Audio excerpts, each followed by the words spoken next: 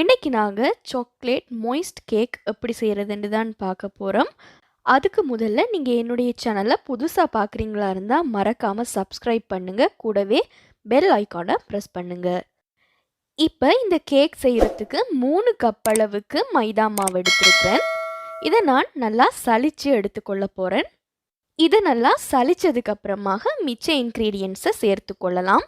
1.5 cup அளவுக்கு chocolate powder சேர்த்துருக்கிறேன். கூடவே 3 cup அளவுக்கு சீனி சேர்த்துருக்கிறேன். ஒரு மேசை கரண்டி அளவுக்கு பேக்கிங் சோடா, 1.5 தேக்கரண்டி அளவுக்கு பேக்கிங் பவுடர் சேர்த்துருக்கிறேன். இதை நீங்கள் கவனமாக சேர்த்து கொள்ள வேணும். ஏனெண்டா இது கூடி குறைஞ்சா உங்களுக்கு கேக் நல்லா வராது. ஸோ கண்டிப்பாக நீங்கள் ஒரு மேசை கரண்டி அளவுக்கு பேக்கிங் சோடா, பேக்கிங் பவுடர் 1.5 தேக்கரண்டி அளவுக்கு சேர்த்து இதை நல்லா கலந்து விட்டு கொள்ளலாம். இப்போ நாங்கள் இதை வேறையாக எடுத்து வச்சு கொள்ளலாம். இன்க்ரீடியன்ஸ் எல்லாத்தையுமே நாங்கள் தனியாக கலந்து வச்சாச்சு. இப்போ நான் இதில் 4 முட்டை சேர்த்துருக்கிறேன். பெரிய முட்டையாக 4 முட்டை எடுத்துக்கொள்ளுங்க. சின்ன முட்டையாக இருந்தால் 5 முட்டை எடுத்துக்கொள்ளலாம்.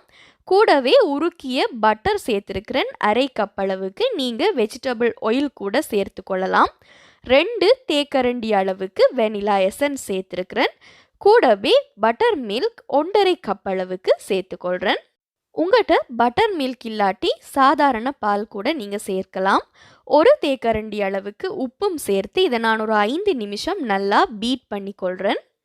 எல்லாமே நல்லா மிக்ஸ் ஆகிற மாதிரி நல்லா அடித்து விட்டதுக்கு அப்புறமாக அந்த ட்ரை இன்க்ரீடியன்ஸோடு நாங்கள் இது எல்லாத்தையுமே சேர்த்து நல்லா கலக்க வேணும்.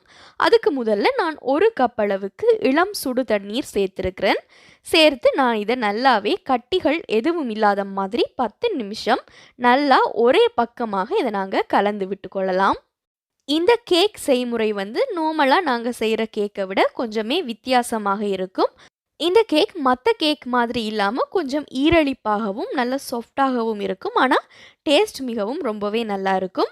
இந்த கேக்கினுடைய மாவு இந்த மாதிரி கொஞ்சம் தண்ணியாகத்தான் இருக்கும். வழக்கமான கேக் மாதிரி உங்களுக்கு கட்டியான கன்சிஸ்டன்சியில் இருக்காது. இப்போ நான் இந்த பேட்டரில் அரைவாசியை மட்டும் ஒரு பேக்கிங் ட்ரேயில் போட்டுக்கொள்கிறேன்.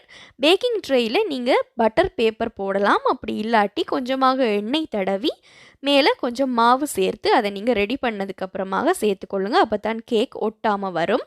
இப்போ நான் ஒரு பாத்திரத்தை 10 நிமிஷம் ப்ரீ ஹீட் பண்ணி வச்சுருக்கிறேன். அதில் ஒரு ஸ்டீல் ஸ்டாண்ட் வச்சு அதுக்கு மேலே இந்த ட்ரேயை வச்சு லிட் போட்டு மூடி 1.5 மணித்தியாலம் நல்ல லோ ஃப்ளேமில் இதை நான் பேக்காக விட போகிறேன். பண்ணும்போது நீங்கள் தீயை அதிகமாக வச்சா சீக்கிரமாகவே கரிஞ்சிடும், உள்ள உங்களுக்கு வேகாமல் வரும். ஸோ நல்ல லோ ஃப்ளேமில் நீங்கள் ஒரு 1.5 மணித்தியாலம் இதை பேக் பண்ணி எடுக்க வேணும்.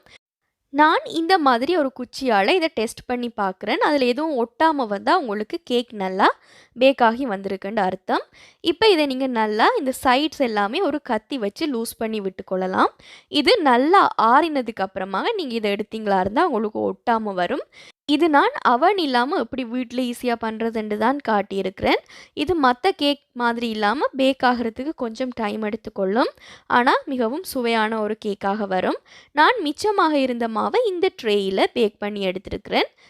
இப்போ இந்த கேக்கை நீங்கள் பார்க்கலாம். நல்லா சாஃப்டாக பஞ்சு மாதிரி வந்திருக்கு. உள்ளே எல்லாமே நல்லா வெந்து வந்திருக்கு. நான் மற்ற கேக்கில் பட்டர் க்ரீம் வச்சு டெக்கரேட் பண்ணியிருக்கிறேன். நான் டெக்கரேட் பண்ணுறதுல எக்ஸ்பர்ட் இல்லை, ஸோ தெரிஞ்ச அளவுக்கு நான் இதை பண்ணியிருக்கிறேன். இந்த இன்க்ரீடியன்ட்ஸ் எல்லாமே நான் டிஸ்கிரிப்ஷனில் கொடுத்துருக்குறேன், தேவையாண்டா நீங்கள் செக் பண்ணி கொள்ளலாம். இப்போ இந்த 2 வகையான கேக்குமே ரெடியாகியாச்சு. இதை நான் இப்போ உங்களுக்கு கட் பண்ணி காட்டுறேன். உள்ள நல்ல சாஃப்டாகவும் டேஸ்டாகவும் இது வந்திருந்தது. நீங்களும் வீட்டில் இதை கண்டிப்பாக ட்ரை பண்ணி பாருங்கள், உங்களுக்கு ரொம்பவே பிடிக்கும். இதை ட்ரை பண்ணி பார்த்துட்டு உங்களுடைய ஃபீட்பேக்கை எனக்கு நீங்கள் கமெண்ட்ஸில் தெரியப்படுத்தலாம். என்னுடைய சேனலை புதுசாக பார்க்குறீங்களா இருந்தால் மறக்காமல் சப்ஸ்கிரைப் பண்ணுங்கள். கூடவே பெல் ஐக்கானை ப்ரெஸ் பண்ணுங்கள். அப்போ தான் நான் போடக்கூடிய புதிய ரெசிபீஸ் எல்லாம் உங்களை உடனுக்குடன் வந்து சேரும்.